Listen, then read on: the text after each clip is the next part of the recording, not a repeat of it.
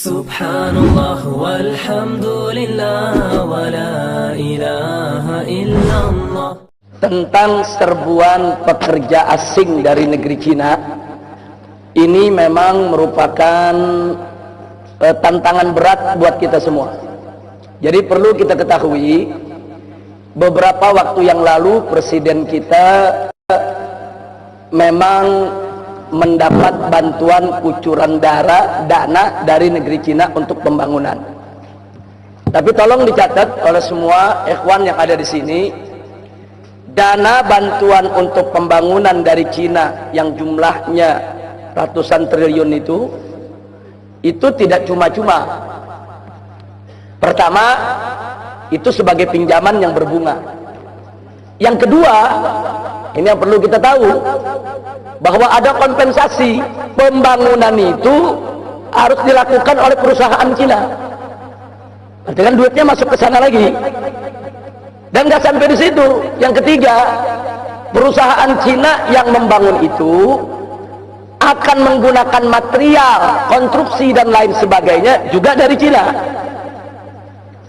Yang keempat, untuk melaksanakan proyek-proyek tersebut, tenaga kerjanya pun ada persentase tertentu harus dari Cina. Nah, makanya ada beberapa proyek, katakan 900 tenaga kerja, yang 300 dari Cina. Kalau 9.000 tenaga kerja, yang 3.000 dari Cina, 30% lebih. Nah, jadi artinya di sini kita lihat, yang ngasih utang Cina, negara Cina nih, pakai bunga, kita bayar utangnya pakai bunga nanti. Terus kita punya proyek, mesti perusahaan dia juga yang kerjain. Dan beri materialnya, mesti beli sama dia juga. Nah, kemudian tenaga kerjanya, mesti tenaga kerja dari dia juga. Jadi ini betul-betul satu penjajahan ekonomi. Jadi ini yang menolak sudah banyak, bukan hanya dari kalangan Islam, tapi hampir seluruh elemen bangsa Indonesia apapun agamanya yang cinta, yaitu kepada negara ini, yang punya semangat nasionalisme dan kebangsaan yang tinggi, mereka semua menolak. Dan ini nggak boleh dibiarkan. Nah, ini yang perlu. Dan lagi pula persoalan tenaga kerja yang didatangkan tersebut, saudara, itu kan mestinya harus melalui bukan hanya sekedar perekrutan perusahaan mereka, tapi juga harus melalui penelitian pihak kita. Kita mesti tahu ini yang diturunkan ini intelijen bukan, yang diturunkan ini tentara bukan, yang diturunkan ini sebetulnya siapa. Nah, jadi ini sudah bukan lagi menjadi konon katanya, tapi real. Tenaga kerja Cina itu sedang menyerbu Indonesia. Itu pertama yang saya mau bicara. Yang kedua, ada hal yang sangat tragis, bukan lagi ironis, tapi tragis. Manakala saudara di kita punya negeri ini, sarjana yang baru lulus sekolah mau cari kerja setengah mati, itu antri untuk mendaftar ujian PNS aja 3 hari 3 malam mereka mesti antri setengah mati. Saudara, satu cari kerja setengah mati, ditambah lagi yang kedua, yang udah dapat kerja banyak di PHK. Ini bangsa kita sendiri, udah bangsa kita cari kerja susah, banyak yang di PHK, akhirnya banyak yang terpaksa jadi TKI dan TKW di luar negeri. Sementara kita lagi kesulitan menyediakan lapangan kerja sedemikian rupa, kok lapangan kerja yang ada dikasih bangsa Cina. Ini bangsa Cina yang saya maksud di sini yang datang dari RRC ini ya. Nah, bukan Cina yang warga negara Indonesia, bukan. Kalau Cina warga negara Indonesia, mereka punya hak sipil yang sama dengan kita. Tapi ini saya bicara tenaga kerja dari negeri Cina. Loh, orang kita lagi banyak yang di PHK, kita lagi sulit mencari kerja. Saudara, banyak orang-orang kita terdampar, saudara, di penderitaan menjadi TKI dan TKW, yang mereka penderitaannya luar biasa di luar negeri sana. Nah, tahu-tahu sekarang ada kerjaan bagus, saudara, diberikan kepada tenaga kerja dari Cina. Dan yang lebih tragisnya lagi, saudara, banyak tenaga kerja dari Cina tersebut, saudara, standar gajinya di atas standar gaji kita. Ini mau dibawa kemana ini negeri? Saya khawatir kalau ini terus-menerus dibiarkan, besok akan terjadi revolusi sosial yang luar biasa di negeri ini. hati-hati, saya ingatkan kepada pemerintah, hati-hati, ini masalah ketenaga kerjaan, masalah mencari nafkah, ini masalah yang sangat serius, harus menjadi perhatian, dan ini mesti di stop, nggak boleh dibiarkan, saudara. Kita mau kerjasama dengan negeri Cina, silakan. Kita mendapatkan dana bantuan dari negeri Cina, sah-sah saja untuk pembangunan, silakan, no problem, saudara. Tapi jangan ada persyaratan utang tadi itu, saudara. Persyaratannya kita mesti pakai perusahaan mereka, yang bangun mesti mereka, materialnya beli dari mereka, tenaga kerjanya dari mereka. Apa-apaan ini, saudara? Ini penjajahan ekonomi, ini penjajahan ekonomi. Dan ingat, 350 tahun kita dijajah oleh Belanda, itu yang 200 tahun yang menjajah kita perusahaan, bukan pemerintah Belanda, saudara. VOC, VOC itu perusahaan, perusahaan perkebunan, perusahaan pertanian, saudara, yang punya uang banyak, yang menyewa, yaitu jawara-jawara untuk centeng-centeng mereka, bahkan membentuk pasukan bersenjata. Itu yang jajah Indonesia. 200 tahun lebih kita dijajah oleh perusahaan Belanda, bukan pemerintah Belanda, tidak. Baru setelah 200 tahun perusahaan tersebut mengalami kebangkrutan, diserahkan kepada pemerintah Belanda untuk menjajah Indonesia.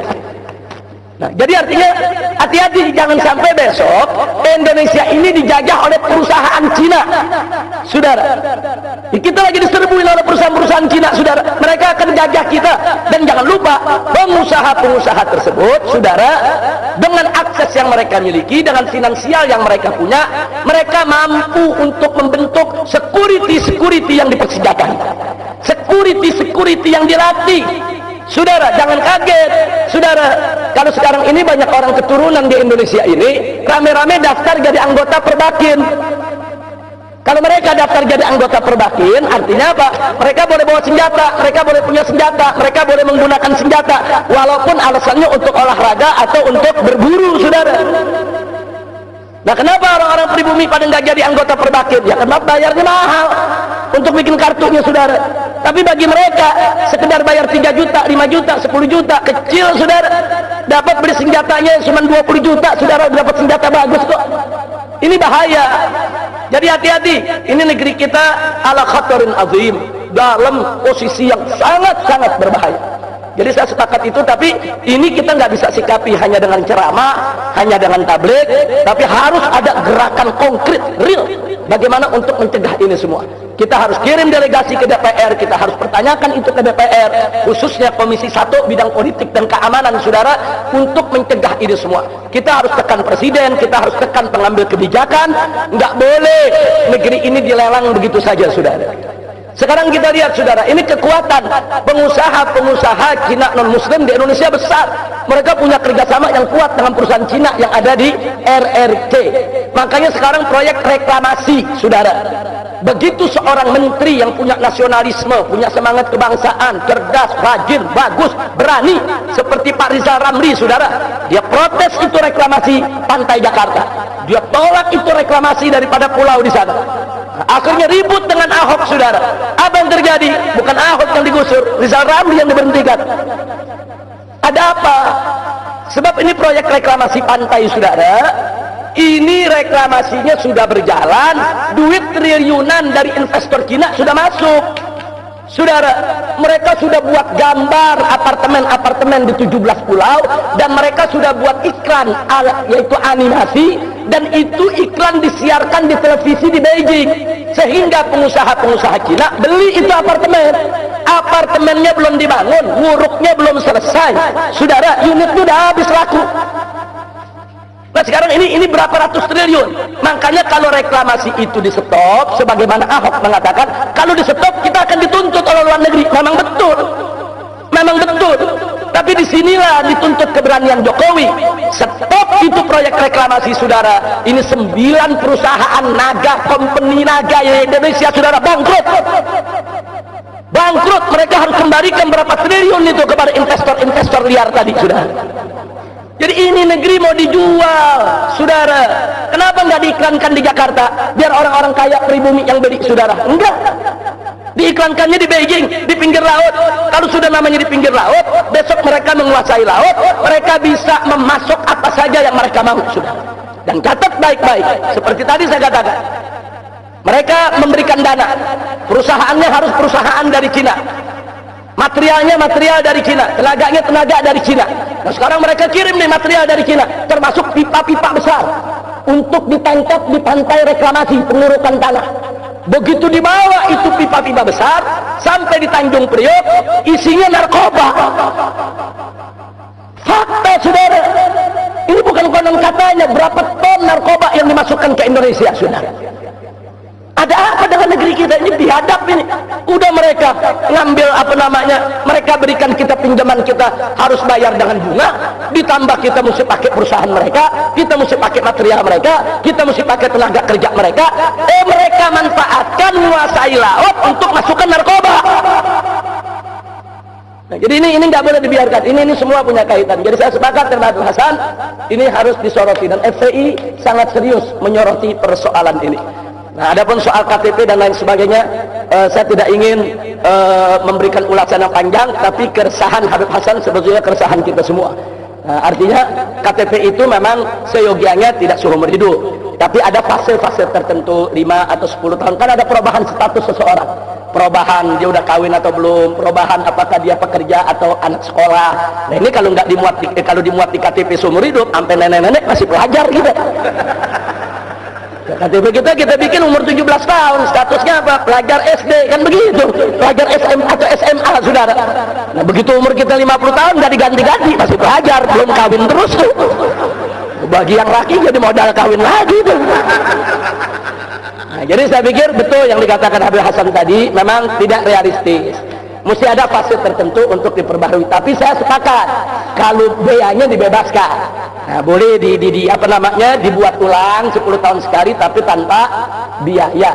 Nah, ini yang perlu saya sampaikan. Terima kasih Habib Hasan. Jazakumullahu khairan jazak atas apa yang disampaikan oleh beliau barusan.